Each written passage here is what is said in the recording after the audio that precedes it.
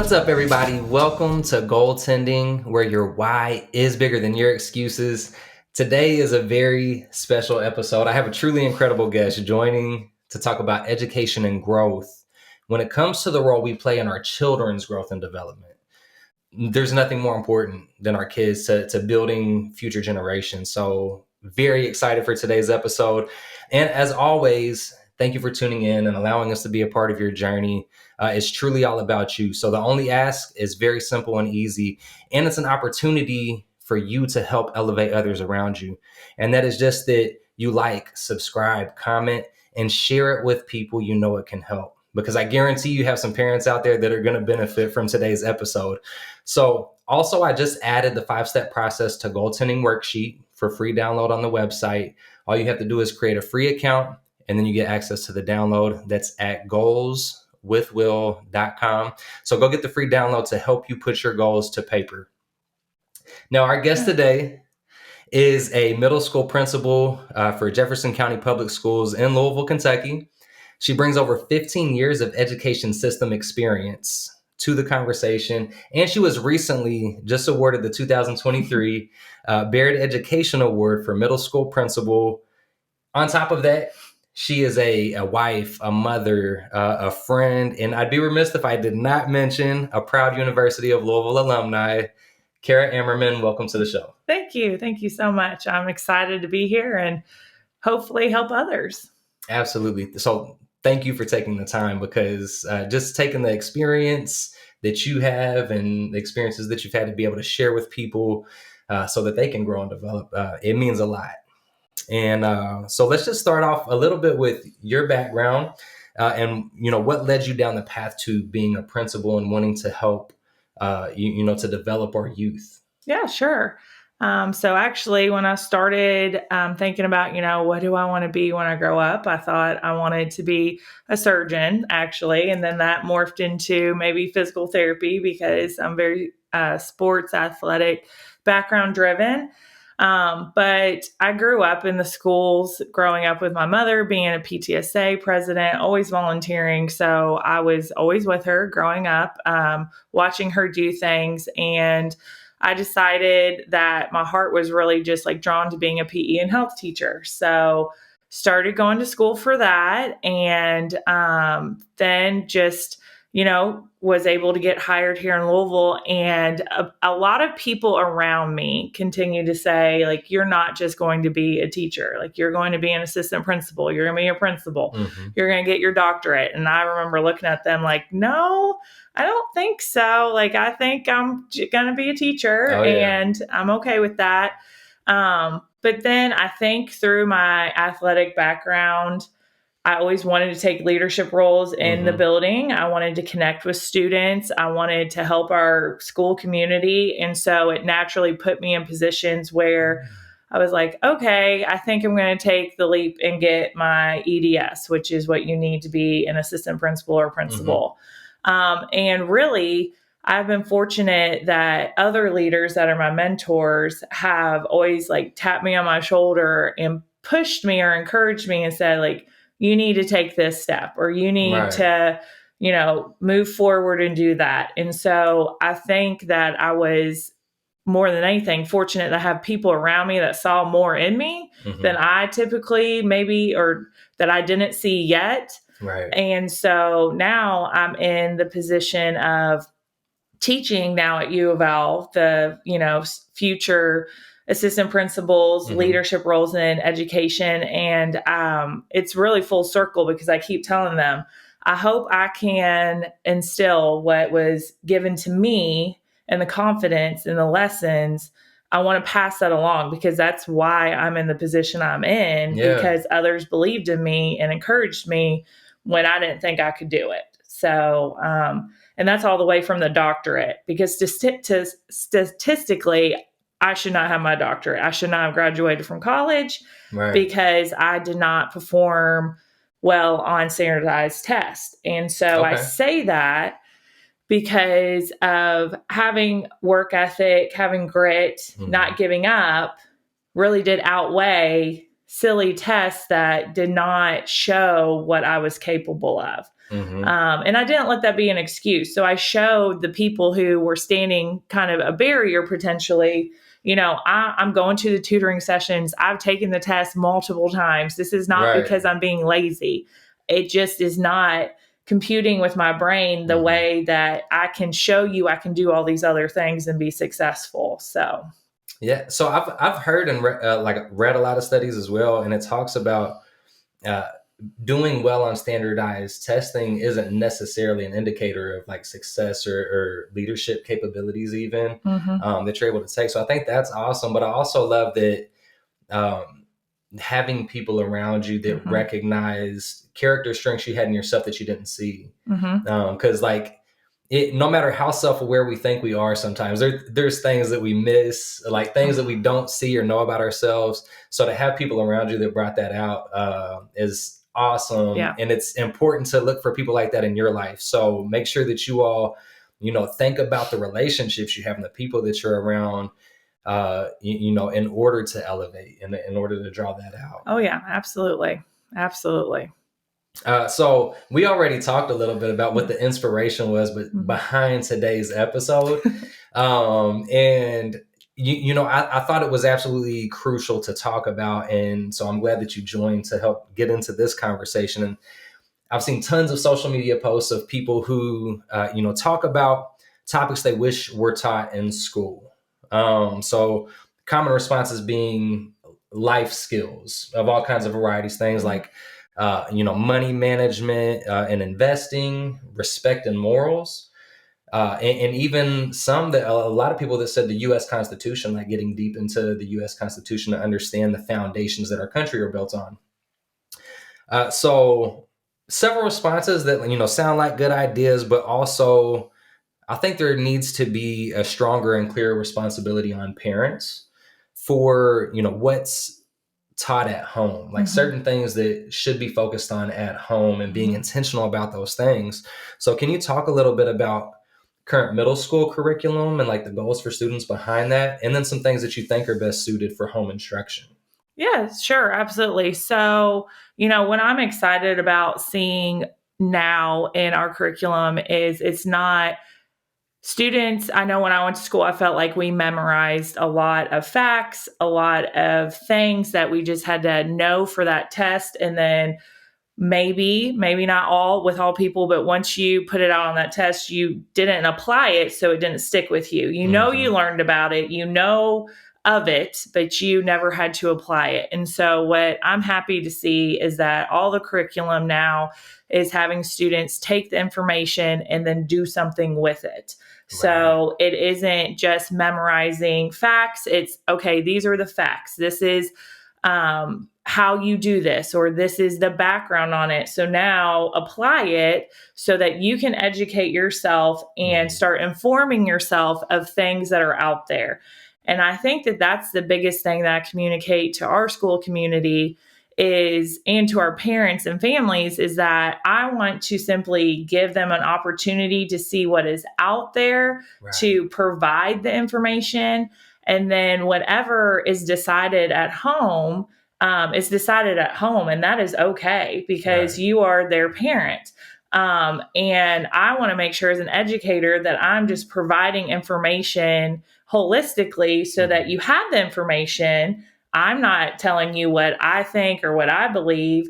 I'm simply saying, here is what we're learning about here. Like, what do you think? What are your thoughts? And right, having the kids just have that healthy conversation, because I think that when we can produce children who can listen and speak intelligently, whatever their belief system is, and be kind, then we're going to make steps moving forward, because you right, don't have to always agree. You can agree to disagree. And teaching those values and respect elements, I think, is only going to grow what we want to follow us, so that we can have differences. We don't have to believe in all the same things, but thinking critically and being able to have those healthy conversations on even just simple things of, well, why do you think that? Like, I don't think that's how this, or this, like, even if it's a math problem or, in science. Right. And so that's what I encourage our students to be able to do, because if we can model that and show them how to have conversations, especially when you disagree, in a variety of ways, mental, emotional, social, I mean, especially middle school, that's when they start, growing up and having their opinions. Yeah. And if we can partner with families to just, teach us foundational skills, I think it will carry over into a lot of things in their life that's going to benefit them. Right. So I like that you talked about the being able to have differences. And that's what employers are looking for. They want diverse environments. Like the best organizations have a lot of diversity in the way that people perform and the way that they think, and from different backgrounds, to bring all kinds of different skills to the table. So I think it's like fantastic that like promoting that, not that there's one way to think, but rather it's okay to think differently and learning to communicate that effectively. So Absolutely. I like that a lot. So to jump into that one a little more, I know that I know a lot of people who talk about economic background differences. So you have like kids from all kinds of different economic backgrounds, low income, like middle high, all of that. I don't know much about what kind of financial education is currently taught at the middle school level, or what things are kind of expected on parents. But I was just curious about if there's like a way to try to help level the playing field of helping build financial intelligence for kids from different backgrounds who might not be able to get the same kind of education from their parents at home. Sure. So I think what has been really awesome that we recently have moved to as a district is, in a lot of our middle schools, is called the Explore program. And so that is giving students opportunity to learn about business communication, engineer design, health services, consumer science. And so that is beginning to show them, okay, these are real world businesses, companies that they get to go see. They come, those business and companies come in and like talk to them, teach them about a variety of things of their skill set. But specifically in business communications, I think it's neat for them to start seeing like, okay, what is your dream job? Let's research, like, what do you have to do to be able to do that dream job? How much is it going to cost? Do you have to go to college? Do you not have to go to college? Do you have to have a certain certificate? So that they truly start to understand that. And then in high school, we have academies of Louisville.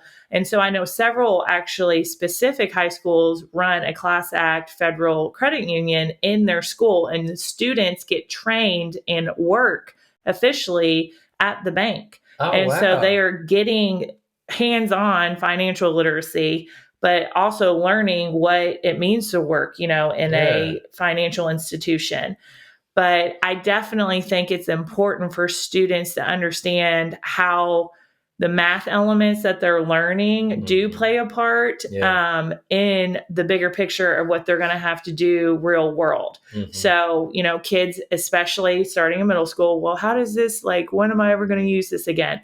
I think curriculum has also shifted to show them this is when you will use it. It may not be anytime soon, but even just hanging up a picture, in your house one day or apartment or wherever you're living, like that's math. And, you may not understand that what you're doing right now is actually going to help you be able to measure and do this and that. But I like the shift of, having those foundational skills set in our students, but then also programs that all students have access to. So you don't necessarily only get to do it if you apply for it, or only get to do it if you're accepted into something. It is something that all students get to experience. So it's building those real world experiences. And our city has been amazing with the different partnerships that are like right in their backyard. So they can leave high school and feel like, oh, like I already have a certification, can start working here. Or, there's a Hmm. lot of nursing programs where they already have some entry level classes taken care of through high school so that they're ahead of the game. Wow, there is Yeah. way more than I realized Yeah. was going on. So I don't remember a lot of that. Like when Yeah. I was growing up, is a lot of that newer stuff, Yes. So like it's newer initiatives. within, I would say, gosh, I'm trying to think, around 2017, 16 is when it Okay. officially started to have a name to it. But Hmm. schools and pockets have been doing things like this. It just hasn't been consistently Right. programmed so that different schools are offering this and we can communicate clear to Hmm. families, hey, this is what this program is, this is what it's not. So I do also want to make clear that it doesn't interfere with the arts and music and theater and the traditional electives that students usually take. They can do that and still do all of these neat things. Wow. Yeah. I love that. And I'm glad that I have to say, like talking about how important math is and not really realizing the application at that level. Yeah. So for me, it was like geometry. I was like, what do I need to know how to do all this stuff for? And then as I get older, I started doing a lot of like just house projects with my father-in-law and doing woodworking projects.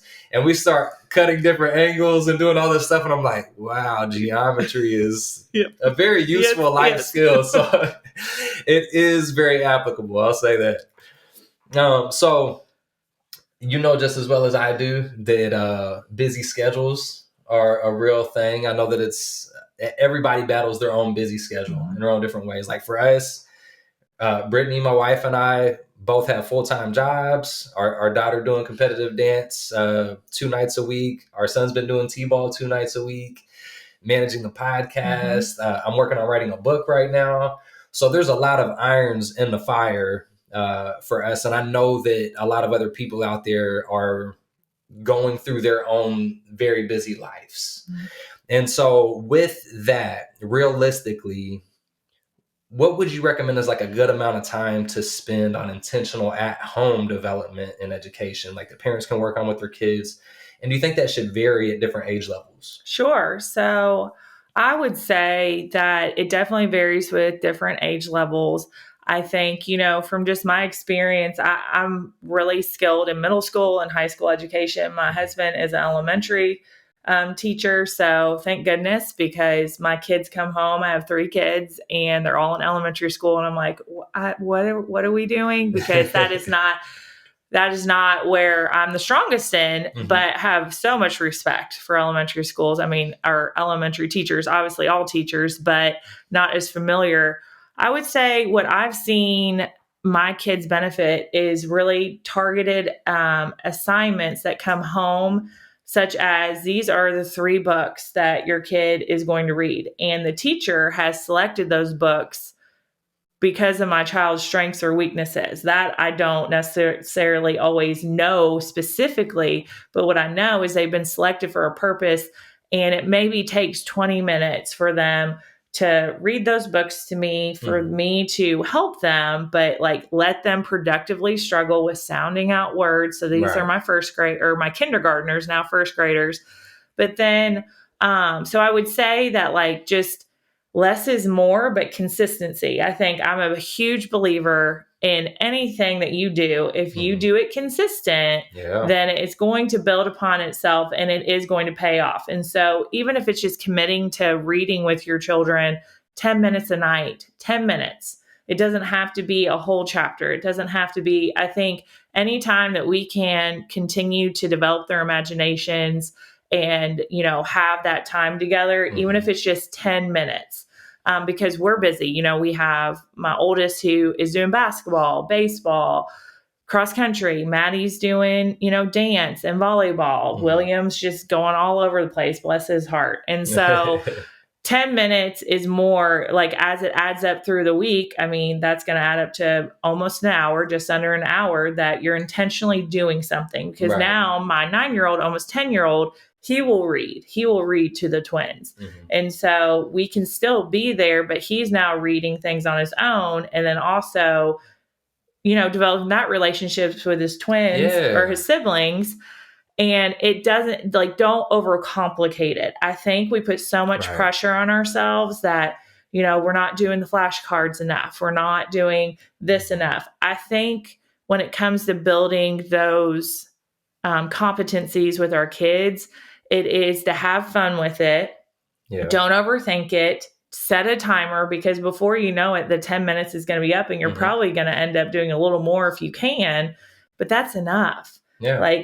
Because they're typically in school for 7 hours. Right. And so also just staying in tune with what they're doing in school. You don't have to know it like the back of your hand, but just knowing kind of like specific conversations you can have with your kid. Like, hey, like, I saw that today your teacher said, or this week you guys are focusing on that. Right. Tell me more about that. Why do you think that?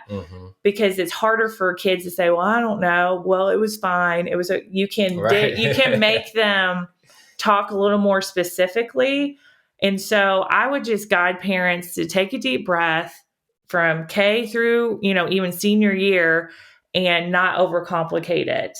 If you can say 10 minutes of just doing something together, because also that builds time with your family that sometimes slips away in those busy schedules. Yeah. And I'm also a firm believer that anything that's important, you figure out how to make it happen. So if you want to go to that concert, you may not have the finances, you may not have the time, but if you really want to go, you're going to figure out how to pay for it, and you're going to figure out how you're going to be able to go. And so that's what I always push myself when I'm like, oh, I'm too tired, or, I just want to sit here.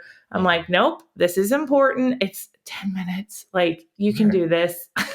Yeah. So I really like that response. I think for us, we're not necessarily intentional on like the specific time, but we do try to, especially with reading, because right now our kids are sons too. So he's, just in daycare right now, but he'll be starting preschool, I believe, next year probably.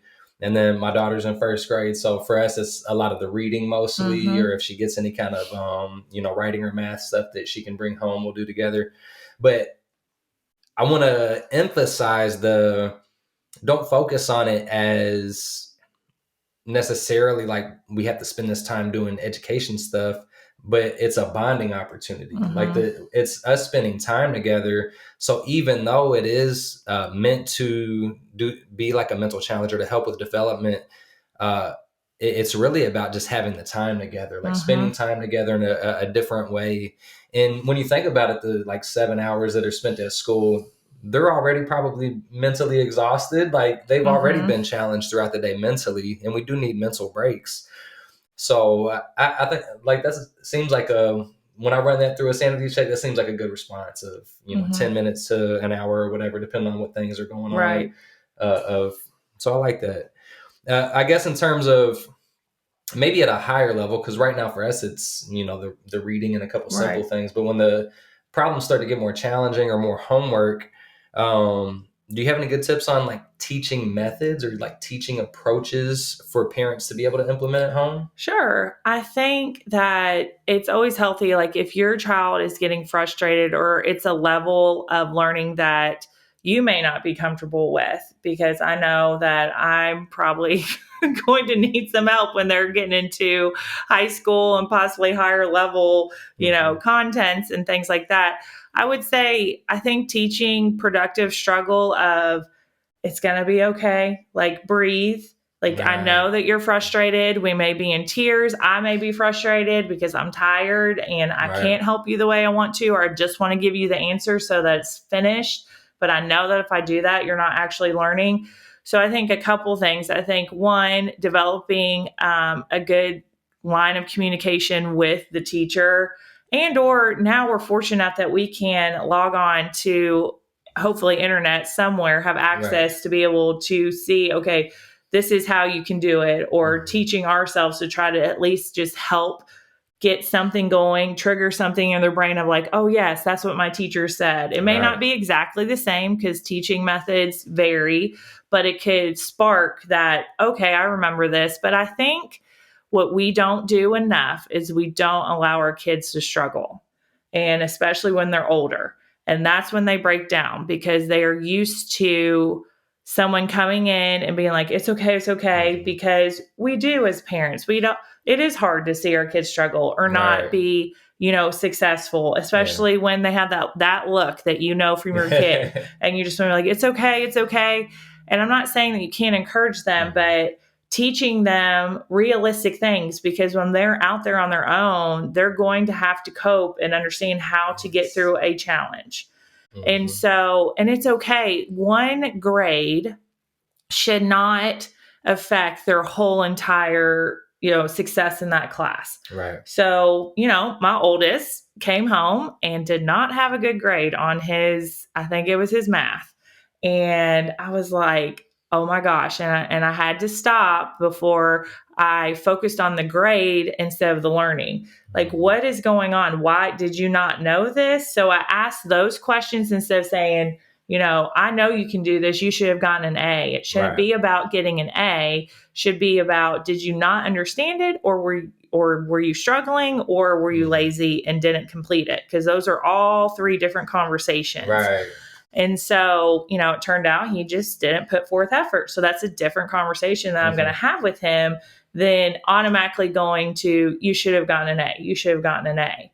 So really, I think that it's more about how we handle not understanding something and how to struggle through it, and then also advocate for ourselves. So in middle school, I really want to start early, even when they're in sixth grade, to start being able to talk and let us know as adults either what's going on or what you're struggling with, because those are the skills that we're lacking in, because kids are always on their phone and they don't talk to each other a ton. They are texting away or social media or whatever. Yeah.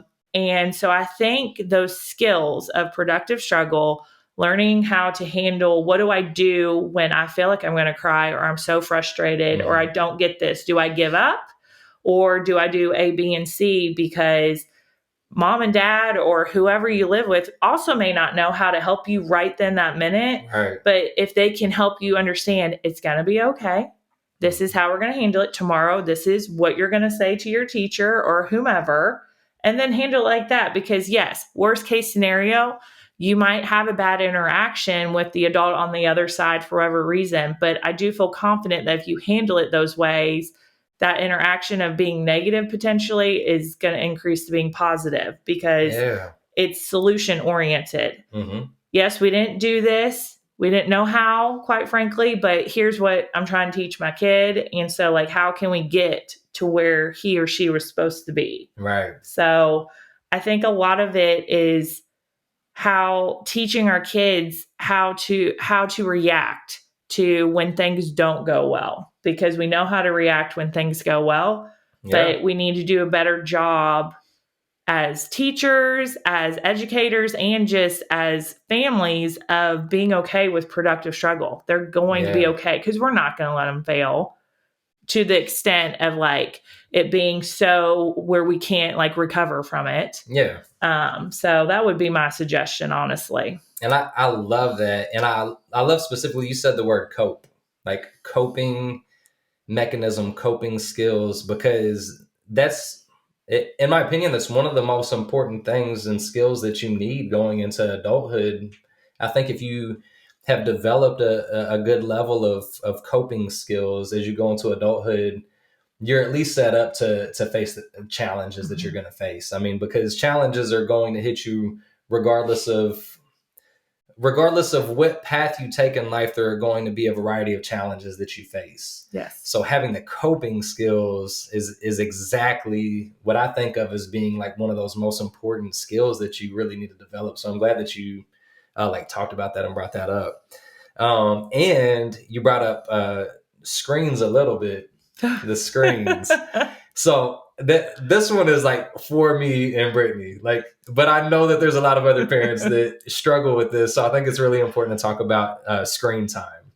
And technology is constantly advancing, and there's a lot of positives to it, but there's also a lot of negatives to it. I mean, when you think about TVs and tablets and, computers, phones, games, like all the variety of screens that a kid can be in front of, it's easier and easier for kids to distract themselves with screens. And it's easier and easier for parents to, like, if they're very busy, to Mm-hmm. just here, Yep. just watch Yep. TV for a little bit, or like, here, take this tablet or whatever it is, like, to just be in front of screens more. And there's ways that you can use screens where, like, if Mm-hmm. you're on your computer and you're doing something developmental, that's one thing. Right. But screens can be distracting in a lot of other ways when it comes to social media or just games and other stuff. Sure. So what do you recommend as an approach to screen time at home? Sure. So I think this is hard. It's hard because kids are going to have screens one way or another just because of how society has shifted with advertisements, access to things. That technology is, so much more advanced than what it was when, we were growing up, for Yeah. sure. So I would just say trying to, I think what my husband and I tried to do, because we know that they're going to watch movies. We know that Right. they're going to get on the iPad. Even at school, they're going to have, Chromebooks as, basically their notebook. There's not Yeah. really notebooks that much anymore to that extent. I think it's just trying to be mindful of, like, when we go out to do something, that we don't just have that knee jerk reaction of when they're misbehaving. Well, here, just take the Right. phone, or in saying, like, no, like, even if all the rest of their friends have a phone or this, just being like, no, it's okay. And they may look at that friend's phone, but I think it's just setting the boundary of, we don't always have to have the phone. Yeah. Are you going to have the phone? Sure. Because I also don't want to go to the other side of it, that when they do start, going to friends' houses, they're so limited that when they go somewhere else, that's all they do.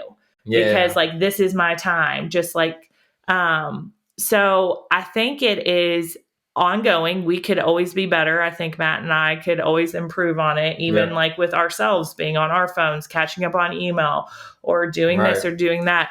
So I truly believe, like, we also tend to go to places like BW3s, which has lots of TVs. And so they may not be playing a game, but they're probably watching a game on TV, or they're entertained by what's, on the TV screen. But also that allows us to, like, talk and, like, either laugh or say, like, oh, what's going on that show or game. Typically it's some kind of sports game. Yeah.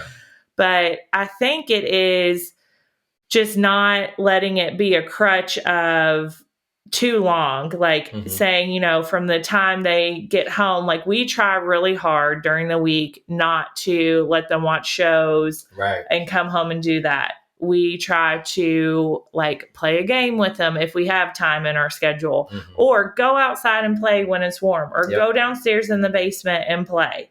Yes, they might fight or be loud or, get on my last nerve, but I'm like, okay, it'll be fine. It'll be fine. Yeah. But we try to do that where it's, like, not that much the 5 days. And then on the weekend, if they wake up on Saturday, they can watch, Saturday cartoons or whatever. But I think more than anything, it's hard because everyone's situation is different. But if we are at least thinking about it, I think that's the first thing. Is when you're actually thinking about it. And then second, what is the purpose behind it?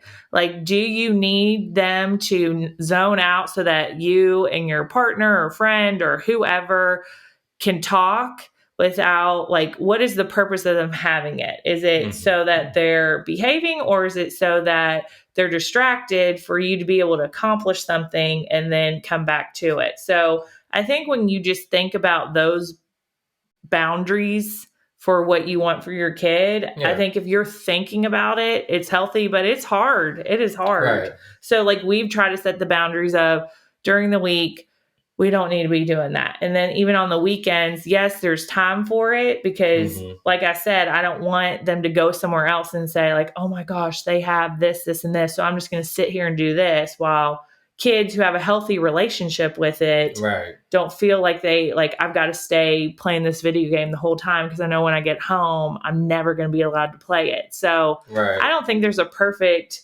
answer, but I think just asking yourself as the adult, like, what is the purpose? What kind of boundaries am I going to try to commit to so that I just set up a healthy relationship with it? Because that's also what we've got to teach them, because when they get into middle school and high school, they need to know what they should or should not be doing on technology. That's for sure. No, I mean, definitely. And that's, so we've tried to start getting better on the, like, less screen time during the week and, you know, cool on the weekends in terms of like running it by, like, what is the purpose of this? But I think one of the challenges we were having is we were allowing, like, when they would wake up in the morning, like, it's, you know, we turn on the TV and have a cartoon on. Jaden loves watching Monsters Inc., you know? So we would turn on the TV, but what happened is they would have an expectation. They would want to come out, sit in front of the TV, and then they would not want to stop watching TV when we're like, okay, it's time to get ready for school. Yep. And we're like, all right, this is a problem. And so what we started to implement is we're not going to do TV in the mornings during the week because we have things to get ready for. Like, there's things we have to do. Now, if for some reason or another they wake up early, and then we'll say, all right, once we get all of our things done that we need to be ready, if there is time after that, then we'll turn on TV for a little bit. That's okay. Then at that point, we've got the things done that we have to get accomplished. Right. But I like the idea of, like, being flexible and running it by, you know, what is the purpose of this screen time? So I like that a lot. Now, this is one that I'm super excited to talk about because when we had an initial conversation about today, you brought up an assignment at school, and I absolutely loved it and the concept behind it in terms of, like, helping to promote critical thinking and effective communication. And so you told me the story about an assignment for students to write about the presidential candidate they supported and why. And so after we had the conversation, I was thinking, how would I have responded in middle school to this question? And I don't know that I would have been able to give an intelligent response to it at that time. Like, I don't think that I had the understanding or the fully effective communication skills to, like, properly get that across. And so I really wanted to bring it up just to have you share the story. Sure. And the concept behind it, because I think it's fantastic and I wish that I had been challenged like that.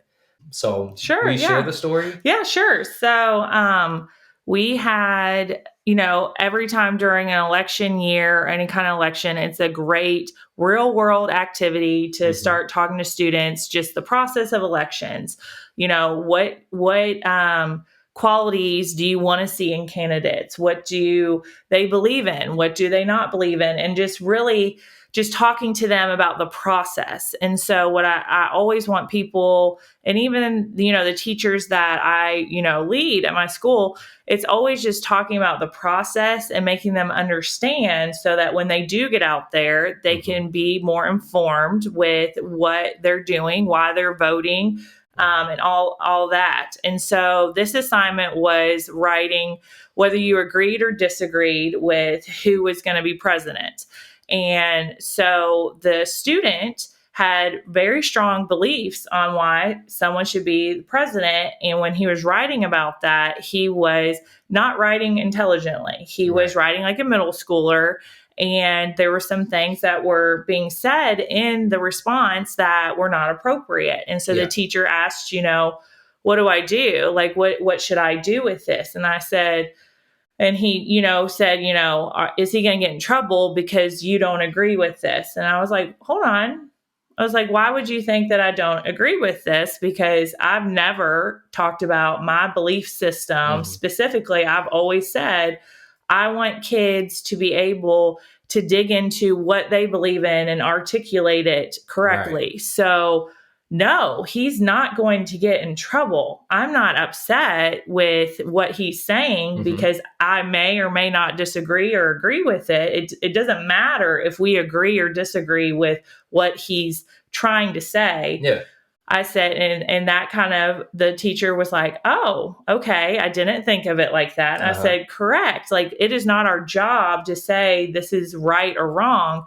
We have to make sure that if this is his belief, which is okay, that he writes in such a way that he sounds educated, he can articulate what he's trying to say. Because right now, if anybody reads this, it's just going to become an argument of dysfunction because of how he's saying what he's saying. Right. So we have to be able to say, okay, you believe this. How can we say this in a intelligent and educated based way where people will listen to you, will at least hear you and not shut down because you're saying things that will automatically close some doors, rightfully so, because that's not how we should talk to each other regardless. And so really pushing the agenda, if there's an agenda being pushed, is being able to think about what point you're trying to get across and say it in a way that it can be a productive conversation. Again, people don't have to believe or agree with you, but if they're not even going to listen to you because of how we're approaching it, then we're doing a disservice to our kids, because we should be teaching them not what to believe in, but to be able to articulate their beliefs in a way that could potentially make things better, and have a productive conversation. And so it's always about we're never going to promote, being hateful or unkind or saying things that are hurtful, because that is just, we don't need that. And there's no space in anywhere, whether it's education or society, there should be no space for that.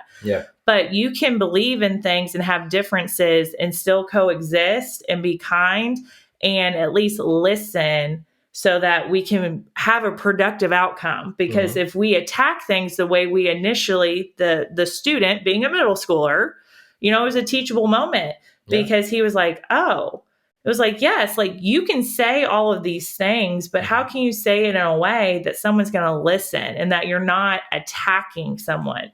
Because you should not ever approach anything like that, because that's not how we're going to grow.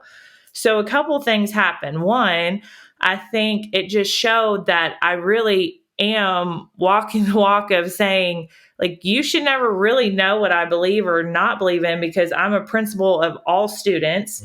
They come to me with all kinds of different backgrounds.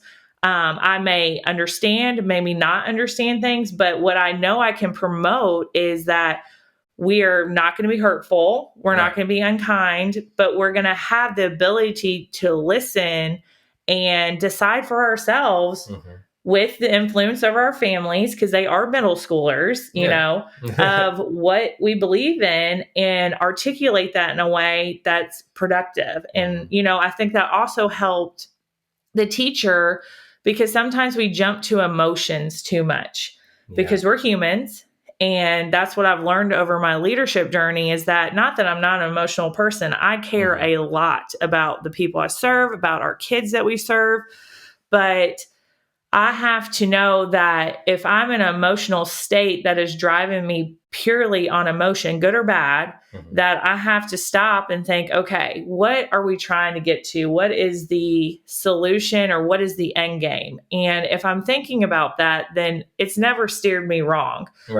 Sometimes the conversation is difficult, but at the end of the day, respect is intact. The humility of your dignity is intact. And what we're trying to do is intact, because it's not about you losing, me winning, and then moving forward. So all in just this little, snippet of an assignment that could have gone completely different way, because I could have, as a human, said, well, I don't foundationally as a person agree with what he's saying. That could have, it could have gotten him in trouble. It could have had, consequences, but that's not why I'm a leader. Like, being a leader isn't just imposing all of my belief systems, especially when it's education. Like, education is literally educating our kids, not saying, brainwashing or saying, no, you have to believe this, or it's presenting like, this is the facts, this is the reality, and just informing. And I think sometimes we forget that because of so much, that has changed and occurred, that I do believe people do not want to do the wrong thing, because they clearly got into education because they care about kids. And so they want to make sure they're being respectful and doing right by not only the adults that are in the, students' lives as their families, but also that we're teaching all kids from a variety of backgrounds and keeping that in mind. So that story will always stick with me because I saw light bulbs going off. It wasn't the response that the adult thought they were going to get from me. The kid then was like, oh, well, he was pushing the limits. Right. And so then when he didn't get the response that he thought he was going to get, it was like, oh, and it was made him say, how are you going to say this in an intelligent way? And if you can't, then you need to really reflect on your beliefs, because don't you want people to listen? Yeah. And so it ended up being extremely positive, but it was a difficult conversation because it could have been a very touchy subject when it didn't have to be. Right. So yeah. So there is a ton to learn from a leadership perspective in any walk of life, any kind of leadership position from that story. So I want to point that out. Listen back to that story in terms of growth as a leader, because I really love the response and the approach to that. And it ties back into the common theme of just teaching and promoting kindness and it being okay to be different, having differences and communicating them effectively. It all ties back into that. So can you give one or two just keys to success for any parent that's trying to help their kid learn and grow at home? Like, let's go into that. Sure. Okay. So I would say,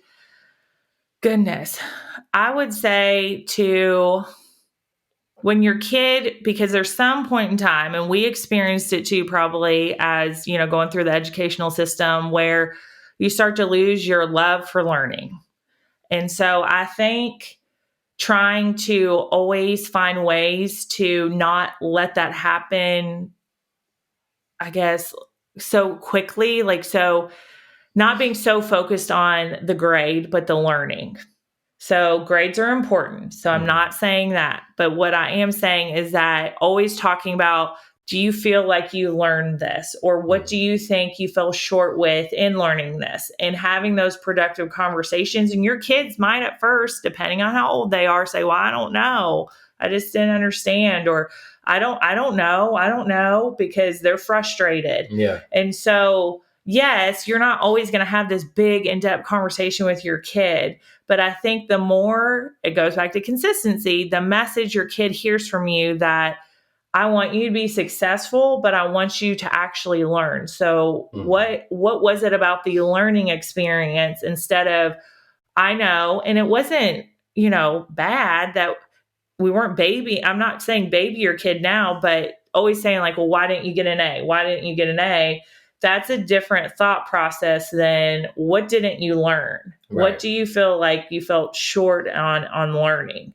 And that's hard. It's hard because we want our kids to be straight A's and be successful. And that's an indicator of, which is kind of being broke. Like you said, with employers are not so concerned about if they got all A's. It's, do they have the skill sets of showing up on time? Being able to listen, take directions, apply those directions.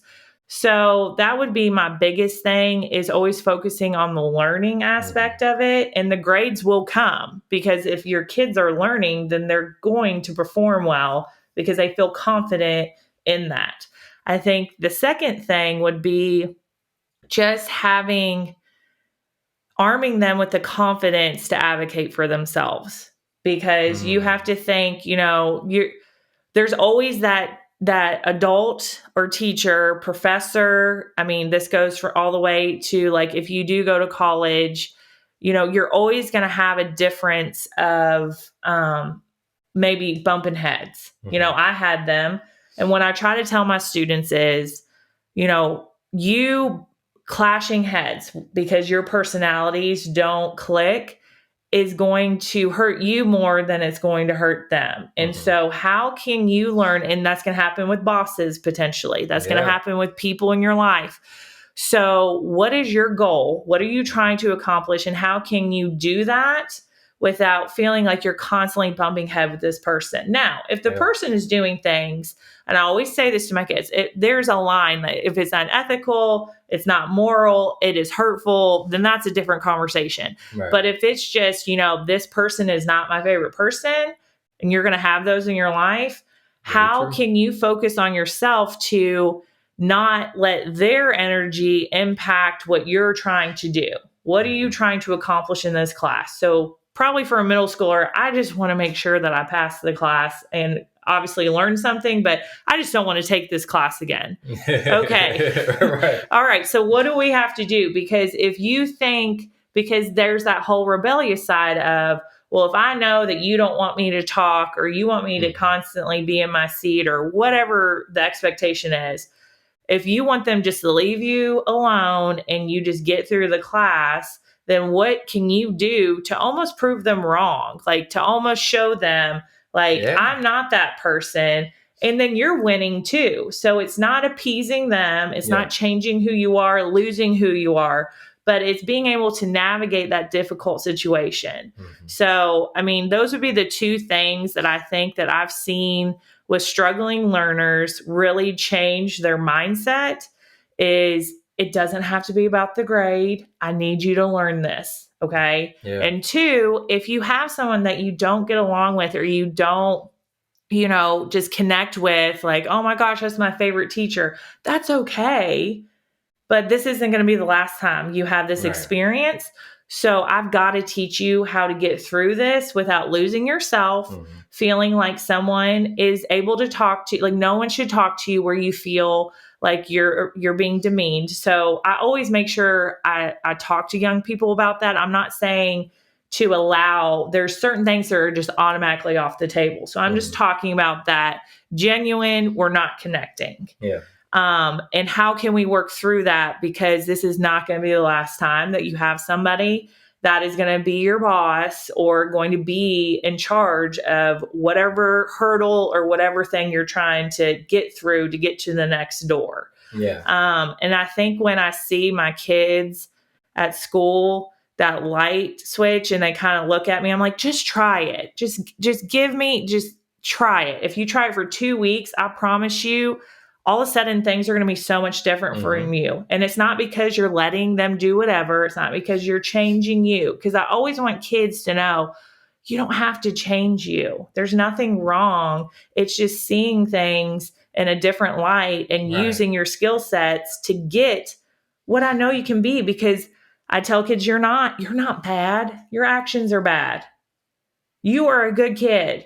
Your family member sent you to school saying not you're going to have the worst day ever. 99% of the time it is have a great day at school, et cetera, et cetera. So we all make bad decisions. That does not make us bad people unless we allow that to continue to happen. So I think that would be my two big things that I always talk to teenagers about and talk to my own kids about. And again, those are like mindset shifts, I think. And I think it's also raising the expectation because it's not an either or. Yeah. So. Oh yeah, for sure. And I mean, when it comes to like maintaining a love of learning or trying to find that, or if you lose it, gaining that back, I want to use that to truly say thank you to the teachers out there that make an impact in kids' lives. Because I think the vast majority of people can say, I had a teacher at some point in my life that they made an impact on them for life, that they hold on to that. For me, it was Miss V in high school. I struggled with English and literature, really like all through middle school and through early high school. And it was, there was a lot I could have needed to work on in terms of mindset and coping and things like that. And I realize that now. But at the same time, I think that there are some instructors too that can ask what am I doing to reach that student? Is there a way that I could reach them in a different way? Because there were teachers who said I was a problem child. In ways I was. Yeah. I'll accept my part. Okay. But when I had Miss V, she approached things differently and it Yeah. clicked a different way. And that completely changed how I thought about reading and writing, and I gained a passion for it. And when I got to college, my professor, either my, I don't remember if it was my freshman or sophomore year, but my professor actually tried to talk me into switching my path to an English major from my writing, and thinking that I could also be a good tutor to help freshmen coming in to be relatable. And I credit that very much to Miss V and the Mm-hmm. impact that she had on me. And that will forever be a part of me and who I am. And I take that now with communication skills and like working on writing a book next and doing some other things. So thank you to Miss V from me, but thank you to all the teachers out there who truly do more to make an impact in kids' lives, because that's something they will hold forever. So, is there anything that you would like to like promote, or a way for people to connect with you? Sure. Um, Yeah. No, I mean, I always, I use Twitter as my professional way of communicating, as a leader and someone who is passionate about education. I love that you took an opportunity to thank a teacher because, even just little shout outs like that, or sending an email to your favorite teacher, finding a way to contact them, that will make their day, because that's why we all got into it. I mhm. mean, I 100% believe that we got into education not because of, making the most money.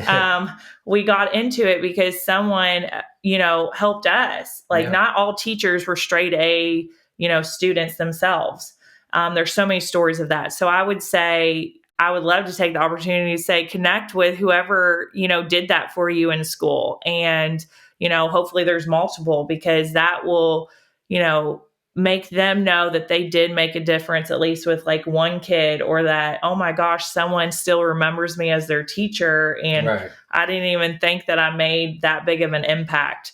My Twitter is at @Karajo_Ammerman. And, I post every morning a positive, quote or saying, because I say selfishly, it helps get my mindset going for the day. Yeah. But I'm just hopeful to, again, pass on that if you do the little things differently and consistently, then they do add up to big. And it takes Mhm. some time and you have to be patient. But I love what I do. And I also appreciate, obviously, teachers. There's been a big shift recently of, people not being the kindest to our educators. And Yeah. again, we got into it because we love our kids and we want to make a difference in how they navigate through their life, and what they ultimately do with their potential, Mhm. because we're teaching the future doctors, we're teaching the future lawyers and mechanics and, all the trades. And it starts somewhere. So thank you, teacher. Absolutely. And thank you again for taking the time today, for sharing your experience and your knowledge, because this is going to impact a lot of people. So you all need to share it. If you have a parent out there, make sure that you share it with any parent you know, because this will truly help with developing the next generation, with making sure that we're taking steps at home too, outside of school, all of it. So thank you again. Thank you all for tuning in and allowing us to be a part of your journey. Don't forget the 5-step process to goaltending worksheet is available for free download on the website at goalswithwill.com. And make sure you all like and subscribe. It helps. That's one of the things that help it get out there, because this is all free and that's all I ask. And so we also want to connect. Make sure that you join the conversation by sharing your thoughts and questions in the comments, and let's grow together.